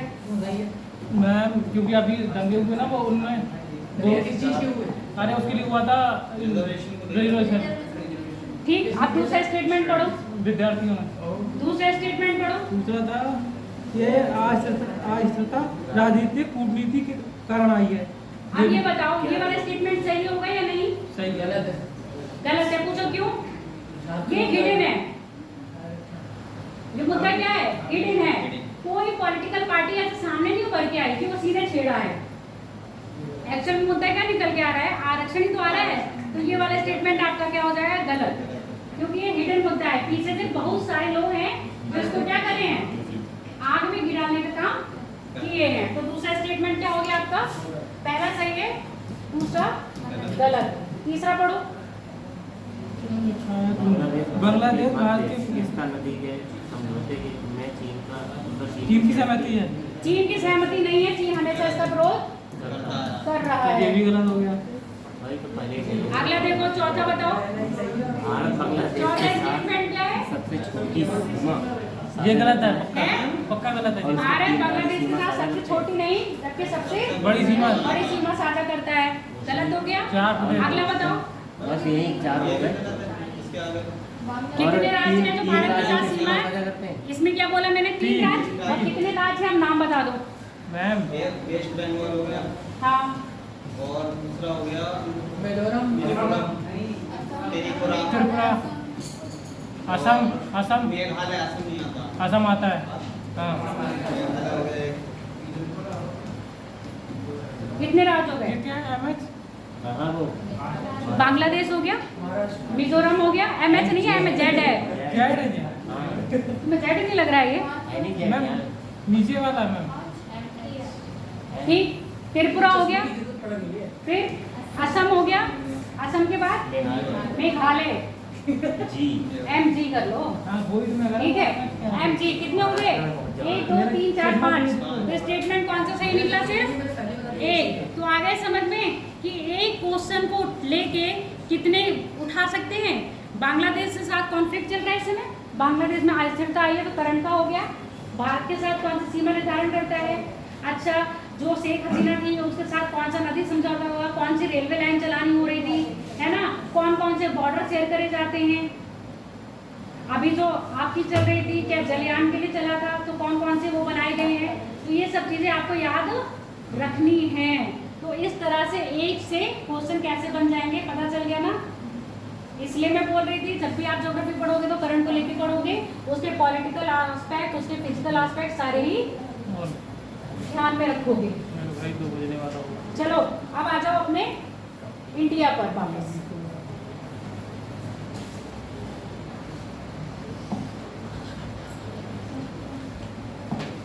तेज तेज को नींद आ रही है। अरे आके सोना। तो मैं सोता हूँ, ठीक सोता हूँ, फिर डाउन। क्या पढ़ने आते हैं? सोने आते हैं? अब फिजिकल की बात कर रहे थे हम लोग, पॉलिटिकल हो गया। फिजिकल में क्या क्या बताया था? फ्राइडे की क्लास। फ्राइडे नहीं होगी। अरे भैया फ्राइडे की क्लास में क्या बताया था? फिजिकल की बात कर रहे थे। Yes yes. हाँ बताओ। फिजिकल की बात कर रहे थे। इंडिया को कितना रीजन में बांटा गया था? पर्वतीय क्षेत्र, फिर मैदानी क्षेत्र, मैदानी क्षेत्र, पठार, पठारी क्षेत्र, पहाड़ी क्षेत्र। पर्वतीय पहाड़ी में दिया गया है। हाँ बताओ। तटीय मैदान। देखो जो मैदान क्षेत्र बांटे थे उसमें ये तटीय मैदान भी आ रहे थे, 5 क्षेत्र थे, और आपका उत्तर का महान मैदान भी आ रहा था। उसके बाद उत्तर में हिमालय श्रेणी, पर्वतीय क्षेत्र आ रहा था। इसके बाद पर्वतीय क्षेत्र आपके यहाँ भी थे। यहाँ पर क्या था? दक्षिण का पठारी क्षेत्र। तो पहला हो गया, दूसरा हो गया, तीसरा पठारी क्षेत्र हो गया, 5वां, चौथा तटीय क्षेत्र हो गया, और 5वां द्वीपीय समूह। ये क्या था हमारा भारत में फिजिकल की बात कर रहे थे। अब जो आपका मतलब रिलेट कर रहे हैं नेक्स्ट क्लास से, तो वो आपकी है हिमालय का उत्तर। क्या कह रहे हो? समुद्र के पास वाले में तुम्हें दूसरा मैप दिखा दूंगी तो तुम्हें ज़्यादा समझ में आएगा।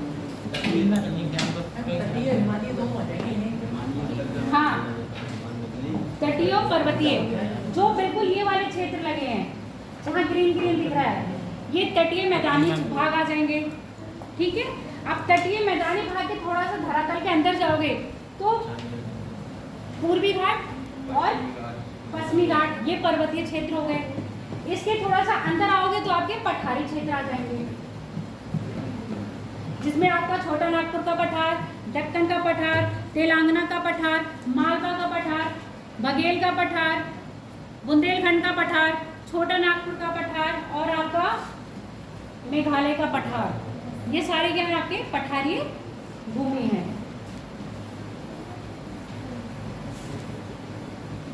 अब पिछली क्लास का मुझे बताओ क्या लिखवाया था हमने? पठार लिखवाए थे। पठार में क्या क्या लिखवाया था? पठार के बारे में लिखवाया था कि इतने क्षेत्र में है, इतना इतने पॉइंट। क्लास का होगी। किसकी? तुम नहीं आए थे, फ्राइडे को नहीं आए थे। अच्छा फ्राइडे को हाँ तब बोलती पढ़ा होगा तो नहीं नहीं मैंने एक ओवरव्यू दिया था। मैम देखो, कितने परसेंट में जैसे है? आज इंडिया का हाँ। फिजिकल डाटा कि कितने स्टेट है, कैसे कैसे है, ऐसे ही इंडिया का फिजिकल पार्ट जो है आज पॉलिटिकल, हाँ। उससे पहले फिजिकल पार्ट था। फिजिकल में ये बताया था इंडिया के जो उत्तर में है वो भी नहीं आया था उसमें। इंडिया के उत्तर में है जो हिमालय है, ठीक है।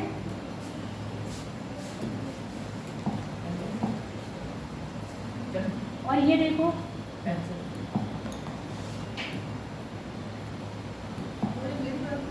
हाँ पश्चिमी घाट पर्वतीय क्षेत्र हो गया, पूर्वी घाट पर्वतीय क्षेत्र हो गया। अब यहाँ देखो ये जो ब्राउन ब्राउन ज्यादा दिख रहा है, यहाँ पर क्या है, माउंटेन रेंज है। इसके बाद जो ग्रीन ग्रीन दिख रहा है, जो नदियाँ आ रही हैं, यहाँ पर क्या है, नदियाँ जब आ रही है तो अपना डेल्टा बना रही है। डेल्टा बनाने के कारण यहाँ पर मैदान का निर्माण कर रही है। तो यहाँ देखो लिखा है उत्कल प्लेन, जैसे कल उत्कल तट बताया था और कोरोमंडल तट बताया था। तो ये तट क्या है, तटीय क्षेत्र है जो क्या है, मैदानी है। इनका निर्माण किसने करा है, नदियों ने किया है।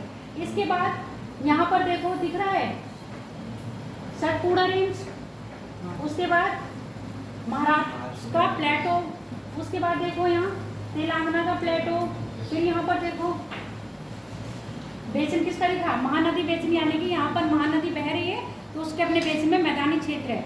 और इसके बाद देखो यहाँ पर बांग्लादेश आ गया, मेघालय का पठार, छोटा नागपुर का पठार, बघेल का पठार, बुंदेलखंड का पठार, और यहाँ पर मध्य प्रदेश का पठार, जिसको मालवा का पठार भी कह रहे हैं। तो ये सारी चीज क्या हो गई, पठारी भूमि।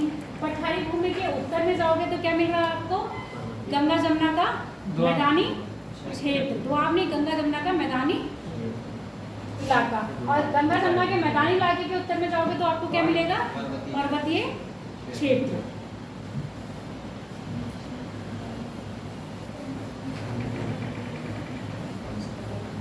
अब उस दिन हमने यही लिखवाया था ना आपको कि कितने भाग में क्या क्या है ना। पर्वत कितने में है, 10.7%। पठार कितने, पहाड़ी कितने क्षेत्र पर थी, 18.6। ठीक है। उसके बाद मैदान 43% पे, पठार कितने पर थी, 27.7% पर। यही चीज बताई थी। जब आगे डिटेल में पढ़ोगे तो आपको ये सेपरेट पढ़ोगे, ठीक है। कल से जो आपकी क्लास स्टार्ट हो रही है वो हिमालय से स्टार्ट हो रही है। क्या परसेंटेज, तो देखो ये पर्वतीय क्षेत्र है, उत्तर बटा 7% पर है। जो मैदानी क्षेत्र, चश्मा माने वो कर नहीं पाया। मैदानी है 43 पर। जो पठारी क्षेत्र है वो कितने पर था, 27.7% पर। और उसके बाद क्या बच रहा है, मैदान हो गए, पहाड़ी क्षेत्र हो गया, पहाड़ी 18.6%। ये ऊपर की पहाड़ी होंगी, पहाड़ी, ये पर्वत, ठीक है, ये मैदान और ये पठार, ये परसेंटेज थी मैदानी क्षेत्र 43%। मैम 47। अरे जोड़ ले जितना बचे उतना जोड़। 43 था, 47 है, अब तो कान की मशीन में 43, तो 43 तो लिखा है, ये कितना है, हाँ मैं जोड़ ले रहा हूँ मैं। जोड़ लो, दिक्कत थोड़ी बहुत यहाँ पर होगी पॉइंट्स में।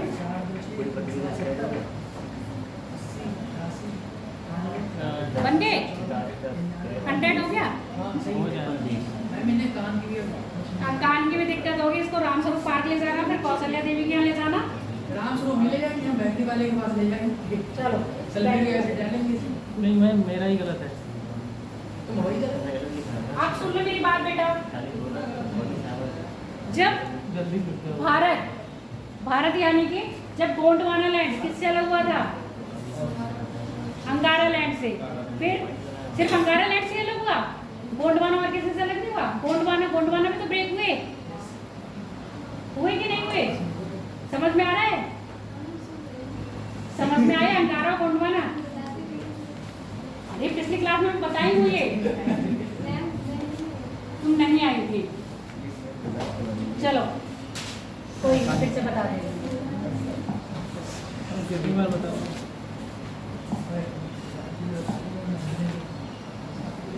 ये चलता क्यों नहीं है? चल गया। ये मैंने बना ली पृथ्वी। नहीं, ये तुम जब तक हिमालय की उत्पत्ति नहीं समझ लोगे ना, तब तक इसको पढ़ते ही रहोगे। जब हिमालय बन जाएगा तब ये जाके खत्म होगा। इसलिए बार बार मैं रिपीट कर रही हूँ, बार बार सुनते जाना। ये पैंजिया है और ये पैथालासा है। पैथालासा सागर है, पैंजिया एक द्वीप है।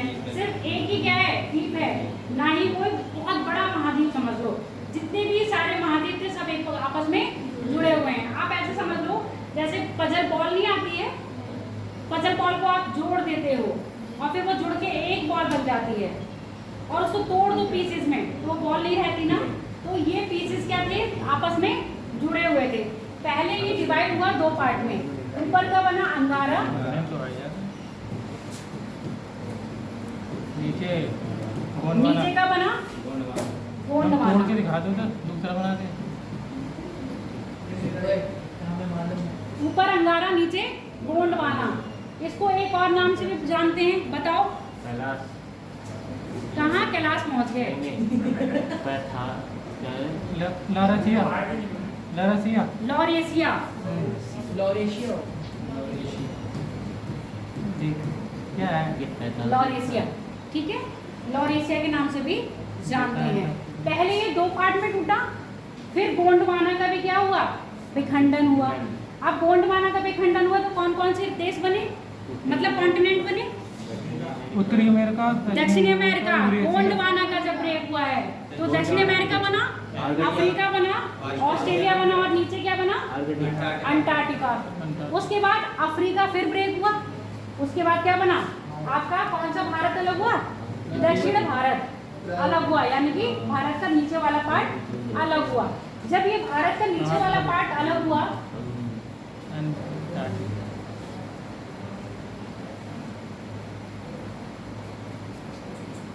यूरेशियन प्लेट में ऐसे समझ लो। तब अभी तो यहाँ पर नदियाँ ऐसी नहीं है। यही वाला पार्ट जो था मेन पार्ट वही अलग हुआ, जो क्या था? पठारी था, जिसको हम कहते हैं प्रायद्वीप का पठारीय क्षेत्र। अब जब नदियाँ आगे क्या कर रही हैं? अपना जल गिरा रही हैं, तो ये पठारी क्षेत्र आगे बढ़ गया। मेन लैंड तो यही रही, जो ये आगे बढ़ा वो नदियों द्वारा लाएगी, मिट्टी से बना, तो इसको क्या कह रहे हैं हम? तटीय मैदान। वो हम कल हिमालय की उत्पत्ति है ना आपकी, तो कल सब बताया जाएगा। तटीय मैदान का निर्माण किसने कराया है? नदियों ने। एक्चुअल में भारत जब अलग हुआ तो कितना था? बस यही वाला पार्ट था। इसको थोड़ा कलरफुल ले लें। ये जो मैंने ब्लू ब्लू ब्लू कर दिया है, ये मैदानी क्षेत्र का निर्माण किसने कराया? आपका नदियों ने किया है। ये नदियाँ जो आपको यहाँ बहती हुई नीली नीली दिख रही हैं, इन नदियों ने निर्माण किया। अब ये बताओ, तुम लोगों को ये बता दूं मैं, अभी तक जो मेरे पास शेड्यूल आया है उसमें ये चीज़ नहीं बताई गई है कि ब्रेक कौन से काल में हुआ है। पैलोजोइक, मीसोजोइक, सीनियोजोइक, नियोजोइक, ये सारे एरा हैं, ठीक है। इन एरा में क्या हुआ है? आपके अर्थ में चेंज आया है, बदलाव आए हैं। इसके पहले है आपका प्री कैरेनियन युग, जिसमें किसकी? आपकी अरावली, विंध्यन और सतपुड़ा की निर्माण हुआ, सबसे पहले बने। उसके बाद हिमालय की बात करते हैं। हिमालय की उत्पत्ति हुई है टर्सरी, टर्सरी चट्टानें मिलती है, इसलिए उसको टर्सरी युग कह दिया जाता है, ठीक है। अगर हम एरा की बात करेंगे तो ये आपके मैंने कौन कौन से भी बताए? पैलेजोइक, पैलेजोइक के बाद मीसोजोइक, फिर सीनियोजोइक, फिर नियोजोइक। सीनियोजोइक में आपका हिमालय बनना शुरू हुआ, ठीक। नियोजोइक में आपके ये मैदान बने हैं। नियोजोइक में क्या बने आपके? मैदान। और सीनियोजोइक में क्या बना है आपका? पर्वत। पर्वत यानी कि हिमालय। अब हिमालय जो रेंज बनी है इसको हम कल डिटेल में बताएंगे, तो कौन से युग में बताएंगे। गोंडवाना लैंड कब बना? और गोंडवाना लैंड को कार्बोनिफेरस युग भी कहा जाता है। कार्बोनिफेरस युग में गोंडवाना लैंड का क्या हुआ, बनने का शुरुआत हुई है। कार्बोनिफेरस युग वो कहा जाता है जब क्या हुए, बड़े बड़े वृक्ष पृथ्वी पर आए। इससे पहले की क्लास में आपने ये पढ़ा था, जब पृथ्वी बनी है तो क्या है, आग का गोला थी, आग का गोला थी, वहां पर वायुमंडल नहीं था। अगर हम प्राथमिक गैसों की बात करें तो कौन सी थी, हाइड्रोजन और हीलियम। हाइड्रोजन और हीलियम थी। जब यहाँ पे क्या हुआ, ज्वालामुखी फूटे, ज्वालामुखी फूटे तो उससे क्या निकले, धूल निकला, कार्बन डाइऑक्साइड निकली, ये सारी चीजें निकली और गैसेस निकली। तो इससे जो गरम गरम भाप निकली उससे क्या बन रहे हैं, आपके बादलों का निर्माण हो रहा है। जब बादलों का निर्माण हुआ तो क्या हुआ, वर्षा हुई। वर्षा होने लगी तो उसके बाद क्या हुआ, जब धरती पर जल आया, धरती पर क्या आ गया, पानी आया। जब इस पर पानी आया तो सबसे पहला कौन सा जीव बना, पौधे आए ना सबसे पहले। कौन सा पौधा आया, एक कोष के जीव तो बाद में आया, उससे पहले पौधे आए हैं। सबसे पहले पौधा आया तो नील हरित शैवाल आए। यही नील हरित शैवाल ने क्या करा था, सूर्य के प्रकाश से प्रकाश संश्लेषण करना शुरू करा। जब प्रकाश संश्लेषण शुरू करेंगे तभी CO2 लेंगे और ऑक्सीजन छोड़ेंगे, तभी आपके वायुमंडल में क्या आई, ऑक्सीजन आई। तो धीरे धीरे वायुमंडल का निर्माण हुआ। जब ऑक्सीजन आई, ऑक्सीजन के बाद फिर क्या है, कैसे भी, ये तो क्या है नॉर्मल, अब आप ऐसे समझो, क्या बोलूँ मैं नहीं बताऊंगी कैसे, आप ऐसे समझो क्या दी है, जितने भी आपके भूवैज्ञानिक हैं उन्होंने क्या है, रिसर्च करके अपनी अपनी थ्योरीज दी हैं। तो उन्होंने जीवन की उत्पत्ति के बारे में कहा।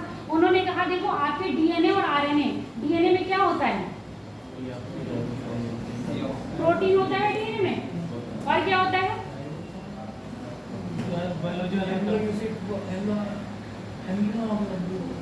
अमीनो भी होता है, और क्या बने होते हैं, न्यूट्रॉन प्रोटॉन भी होते हैं ना, सब होते हैं ना। तो उन्होंने ये कहा कि न्यूट्रॉन और प्रोटॉन आपस में मिले होंगे, उसमें कहीं ना कहीं क्या हो गई, प्रोटॉन, आपके जो प्रोटीन है, प्रोटीन जिसको मिल गया, जब यहाँ प्रोटीन से कवर हो गया तो आपका क्या बन गया, DNA बना। DNA से क्या हुआ, जीव का निर्माण हुआ।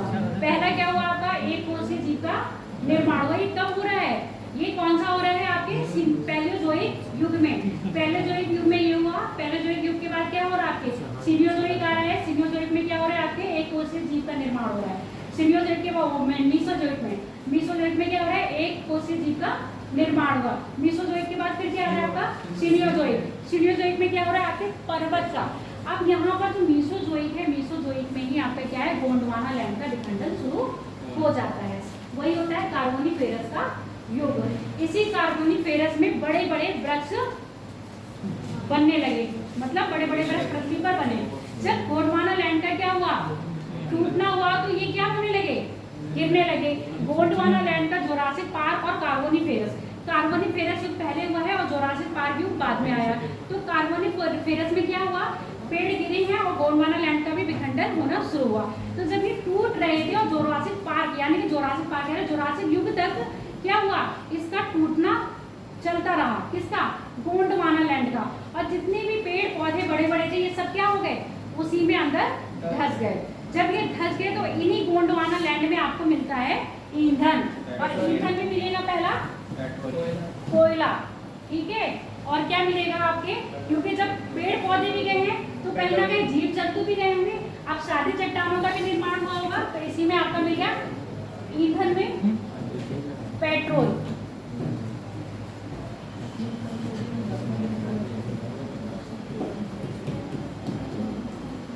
ठीक है, ईंधन में आपको मिल रहा है पेट्रोल। किस में मिल रहा है आपको, गोंडवाना लैंड में। गोंडवाना क्रम की चट्टानें कह लो या गोंडवाना लैंड कह लो, यही गोंडवाना ही अलग हो रहा है ना। इसलिए आप जब दक्षिण भारत देखोगे तो दक्षिण भारत में जितने भी प्लेटो है या वो है पठार वगैरह आ रहे हैं, जितनी भी लैंड है, खनिज संपदा की दृष्टि से सबसे महत्वपूर्ण है। आपने उत्तर भारत में कभी ऐसा नहीं देखा होगा कि यहाँ सोना मिल रहा है, चांदी मिल रही है, या कोई ऐसे खनिज मिल रहे हैं। कारण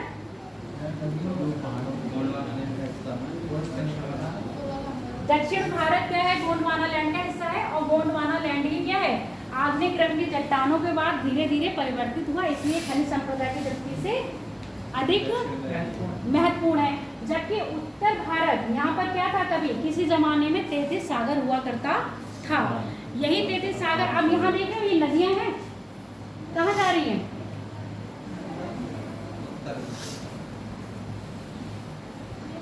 इसको ऐसे समझो, तभी रखा होगा। यहाँ से जो नदियाँ आई उन्होंने अपना जल कहाँ गिराया? यहाँ पर। जो तिब्बत में नदियाँ थी, ब्रह्मपुत्र नदी पढ़ोगे, सिंधु नदी पढ़ोगे, ये सब कहाँ है? ब्रह्मपुत्र नदी ऐसे आ रही है, सिंधु नदी भी ऐसे आ रही है, सतलज नदी भी ऐसे आ रही है। तो ये नदियाँ कहाँ आ रही थी? ये नदियाँ भी गिरा रही थी, ये भी अपना जल कहाँ गिरा रही थी? तैतीस सागर में गिरा रही थी। जब ये नदियाँ अपने साथ 33 सागर में जल गिरा रही हैं तो क्या ला रही होंगी? अवसाद ला रही होंगी। यही अवसाद क्या होगा? जम गया होगा, सागर के तली को इसने फुल कर दिया। जब दोनों प्लेटों के क्या हुआ? आपस में टकराव हुआ, आने से ये क्या हुआ? ये अवसाद बलित होकर ऊपर उठने लगा।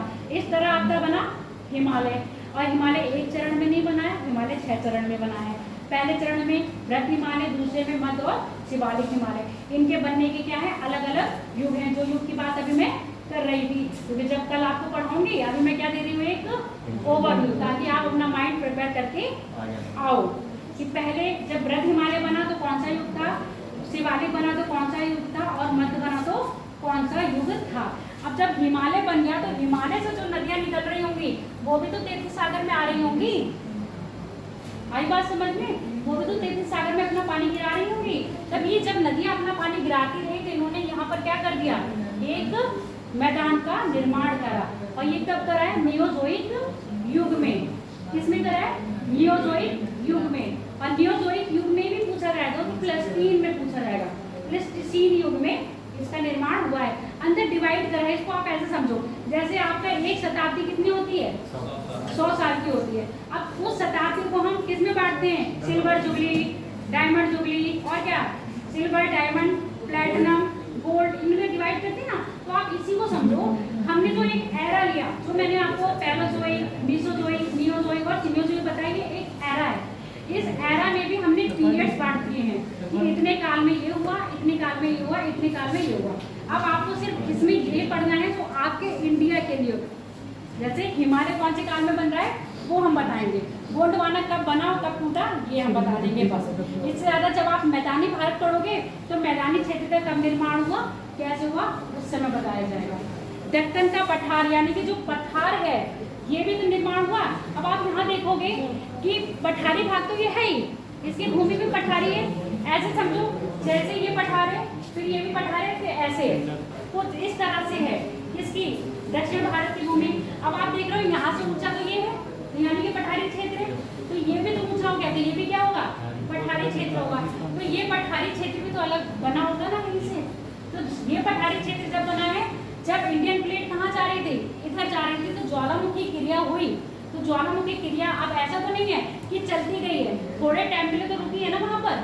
जो थोड़े टाइम के लिए रुकी है, अगर वहाँ पर ज्वालामुखी विस्फोट हुआ तो वही ज्वालामुखी से क्या हो गया, यहाँ पर पठारों का निर्माण हो गया। जैसे दक्कन का पठार, महाराष्ट्र का प्लेटो, ये सब चीजें। आई बात समझ में या नहीं? मैम एक मेरा क्वेश्चन है, बोलो। 33 सागर में जब उत्तर की तरफ नदियाँ नहीं, तो क्या पहले से यहाँ पर पर्वत थे? क्योंकि उत्तरी में या पर्वतों का निर्माण हुआ तभी नदियाँ इधर की लिए दक्षिण की तरफ बढ़ रही हैं। हाँ, जब उत्तर में पर्वत का निर्माण हुआ। कल मैंने बात करी थी, जो आपकी विभिन्न श्रेणी है वो क्या है, जल विभाजक का काम करती है। जमुना की जितनी भी सहायक नदियां हैं वो विंध्यन से निकल रही है, वो सब कहाँ जा रही हैं, उत्तर की ओर। अब विंध्यन श्रेणी के उधर क्या पठारी क्षेत्र है, देखो मालवा का पठार देख रहे हो, पठारी क्षेत्र है, ये भी पुरानी नदियां हैं। तो इन नदियों से जो नदियां निकल रही हैं वो भी अपना जल कहाँ गिरा रही थी, इधर। अभी गंगा की उत्पत्ति नहीं हुई है, गंगा तो बहुत कब आई है, जब वृहद हिमालय बन गया और शिवालिक मध्य हिमालय बना, तब गंगा बनी है। इससे पहले आपकी सिंधु नदी, सतलज नदी, ब्रह्मपुत्र नदी और छोटी छोटी नदियों का क्या होगा, यहाँ पर रहा था। तो उन्होंने अपना जल डाला और 33 सागर को क्या कर दिया, फिलअप कर दिया। आप ऐसे समझो जैसे आपके घर के आगे का तालाब है, आप उसको काटना चाह रहे हो, तो क्या करते हो, रोज अगर एक एक परात डालोगे तो एक समय ऐसा आएगा वो पूरी तरह पट जाएगा। सेम वही कंडीशन है। नदियाँ बहुत सालों तक सागर में क्या लेके आई, अवसाद यानी कि सेडिमेंट लेके आई, और ये क्या हो गया, छिलछिला समुद्र बन गया। अब कल इसकी हम क्या करेंगे, थ्योरी पढ़ेंगे। थ्योरी किसकी पढ़ेंगे, हैरियस और वेबर की थ्योरी। इन लोगों ने हिमालय की उत्पत्ति के लिए अपनी थ्योरियाँ दी हैं कि हिमालय की उत्पत्ति का कारण क्या है, क्यों बने। और सिर्फ हिमालय में ही वेबर ने जो भूसन्नति बताई है उसमें जितने भी हिमालय मतलब जितने भी बलित पर्वत बन रहे हैं अधिकतर सटी मैम विंध्यन बैठ श्रेणी रहे में क्या ग्लेशियर था? हैं। ग्लेशियर था विंध्यन श्रेणी? इसमें विंध्यन श्रेणी किसी समय ये दक्कन ये जितना भी आपका पठारी क्षेत्र है ना सभी बर्फ से आच्छादित था। सभी अब यहाँ पूछोगे पर क्यों? नदियाँ जा रही थी। हाँ, क्योंकि भारत जो आपका ये फ्लो हुआ है ना दक्षिणी से था उत्तर, तभी दक्षिणी बिंदु पे रहा था। ये सारे जितने भी कॉन्टिनेंट थे तभी दक्षिणी गोलार्ध में दक्षिणी बिंदु के आसपास थे, तभी फूटना शुरू हुआ, फ्लो शुरू हुआ है। तो ये ऐसे ऊपर आए हैं किसकी तरफ? इक्वेटर की तरफ। अब आप इक्वेटर से नीचे देखो 40 डिग्री या 40 डिग्री से नीचे जाओगे तो कौन सा आ जाएगा? वही हिमयुग में आ जाएगा ना। तो जब आप हिस्ट्री में हिमयुग पढ़े होगे, पढ़े नहीं पढ़े? पाषाण हिस्ट्री नहीं पढ़े? हाँ, पूरा पाषाणिक युग और पूरा ऐतिहासिक काल जिसमें बड़े थे वो आदि मानव जिसमें थे, मानव सभ्यता नहीं थी। उसी समय हिमयुग की बात करी गई थी। हिमयुग था तो गुफाओं में रहा करते थे वो, है ना। तो वो हिमयुग इसी को कह रहे हैं कि ये जो क्षेत्र था किससे ढका हुआ रहता था? बर्फ आच्छादित था, क्योंकि इक्वेटर के कहाँ था? दक्षिण में था। और अभी भी आपकी इंडियन प्लेट कहाँ जा रही है? उत्तर की ओर जा रही है। और कभी किस आने वाले टाइम में एक टाइम ऐसा आएगा फिर से ये पैंजिया क्या होगा? आपस में जुड़ जाएगा, क्योंकि प्लेटें क्या कर रही हैं? मूव कर रही हैं। और गोल चीज कहीं दूर जा रही है तो कहीं पास आएंगे तो आपस में कभी ना कभी आके जुड़ जाएंगी। और कुछ पूछना है किसी को? आज बहुत अच्छे से डाउट क्लियर हुए। आज तुमने पूछा है इसीलिए डाउट क्लियर हुए हैं। जब पूछोगे नहीं तो मुझे तो यही लगेगा ना कि सबको सब आ रहा है समझ में। और आप डाउट क्लियर हुए हैं तो एक डाउट और भी सुन लो। मैंने तुमको आंसर के लिए दिया था, आंसर राइटिंग। कई बच्चों की आंसर राइटिंग बहुत अच्छी है, कई बच्चों अभी सीख नहीं पाए हैं। मेरे क्वेश्चन क्या थे आंसर राइटिंग में, ये बताओ मुझे पहले। मैंने 3 क्वेश्चन लिखे थे। करके कितने लाए हो? 3 क्वेश्चन लिख के चेक करा रही है। उसमें इतनी कमी निकाल दी हमने, लाल लाल कर दिया तो पूरा। कमियां निकाली जाएंगी ना, तारीफ तो सब करी जाएगी। आप लोगों को कोरल समझ में नहीं आया है? हाँ, कोरल समझ में नहीं आया ना। कोरल का निर्माण कैसे हुआ? यूट्यूब पे देख लेना। यूट्यूब पे देखने की जरूरत नहीं है। देखो पहली बात तो कोरल आपकी सिलेबस में दे नहीं रखी थी, पेपर में पूछा जाता है, इसलिए मैंने आपको आंसर राइटिंग के लिए दे दिया था। ये पकड़ो, माधुरी नहीं आई? स्वाति तुम्हारी कहाँ है? कौशल, आप पढ़ो जरा, इसमें देखो क्या क्या गलती है।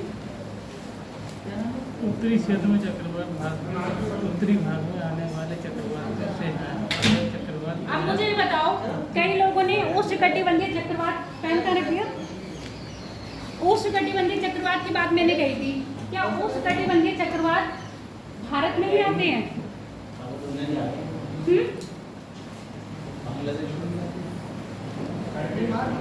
बताओ, उष्णकटिबंधीय चक्रवात क्या भारत में ही आते हैं? और कौन सी सीमा के बीच में आते हैं? कौन कौन से अक्षांश के मध्य आते हैं? बताओ चरण। चक्रवात को अच्छा डिफाइन कर रहा है आसाम में, ठीक है। इसने बस हेरिकेन के बारे में लिखा था, अभी इसने ट्रॉपिकल के बारे में नहीं लिखा है। अब सुन लो मेरी बात, कई बच्चों ने जो लिखा है उष्णकटिबंधीय चक्रवात, मैंने ये कहा था उष्णकटिबंधीय चक्रवात से आप क्या समझते हैं, इनकी उत्पत्ति के कारणों पर प्रकाश डालिए तथा भारत में आने वाले उष्णकटिबंधीय चक्रवात किधर आते हैं। तो नॉर्मली सब लोगों ने भारत में आने वाले चक्रवात लिखे, और किसी ने लिखा है उत्तर भारत में। क्या उत्तर भारत में चक्रवात आते हैं? अब वो है नहीं, इसलिए मैं ना बता रही हूँ। कईयों ने लिखा उत्तर भारत। अगर ये कहते हैं उत्तरी हिंद महासागर में, एक बार को समझ में आ जाता, ठीक है। या कहते हैं बंगाल की खाड़ी में, तो समझ में आ जाता। उन्होंने कहा उत्तर भारत में। तो उत्तर भारत में चक्रवात कब आता है, मुझे ये बताओ।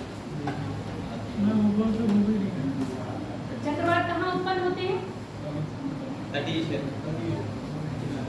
कौन से चक्रवात तटीय क्षेत्र में उत्पन्न होते हैं, बताओ मुझे। तटीय क्षेत्र में आ रहे हैं, प्रभाव तटीय क्षेत्र में दिखता है, जबकि उत्पन्न कहाँ होते हैं? सागरीय क्षेत्र में। कौन से? उष्णकटिबंधीय चक्रवात। और यहीं पर अगर शीतोष्ण चक्रवात की बात करेंगे तो वो कहाँ होंगे? उसका असर बताओ आशा।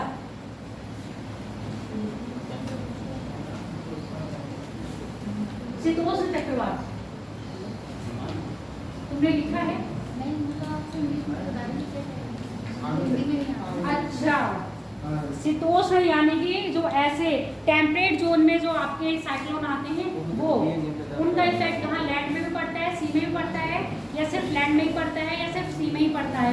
जो ट्रॉपिकल जोन में साइक्लोन आते हैं उनका इफेक्ट लैंड पे ही पड़ता है, या सी में ही पड़ता है, या सिर्फ सी में ही पड़ता है। मुझे लग रहा है तुमने एक जगह लिखा है, देखो जहाँ डिफरेंस दिए हैं, हाँ, चक्रवात का लिखा है, एंटी चक्रवात लिखा है। मैंने वहाँ पे लिखा था एंटी क्लॉकवाइज लिखा था, उसमें आपने करेक्शन किया है एंटी साइक्लोन। एक किया है, और एक जगह मुझे लग रहा है वहाँ तुमने डिफरेंस लिखा है, वहाँ देखो ट्रॉपिकल है और टेम्परेट है, दोनों में लिखा है ना। अब यहाँ अंतर लिखा है। अब इसी तुमने अंतर में बताया है, जो ट्रॉपिकल साइक्लोन है वो कहाँ पर आते हैं, उनका प्रभाव समुद्र में आता है और तट पर आके वो खत्म हो जाते हैं। इसके बीच में जो थे, उसके अपोजिट में जो थे टेम्परेट, उनका लैंड और सी दोनों में ही प्रभाव होता है। ये चीज़ इसने डिफाइन बहुत अच्छी करी है आशा ने, बाकी और किसी ने उस कटी चक्रवात को अच्छी तरह से नहीं बताया है। तो कोशिश करो। और आप लोगों की कॉपी में मैं देख रही हूँ चित्र वगैरह नहीं बने होते, और ज्योग्राफी में जब तक चित्र नहीं बनाओगे ज्योग्राफी बेकार है। मैं यहाँ पर आपको चित्र बना के ना समझाऊं तो कुछ ना दिखाऊं तो फिर क्या समझ आएगा।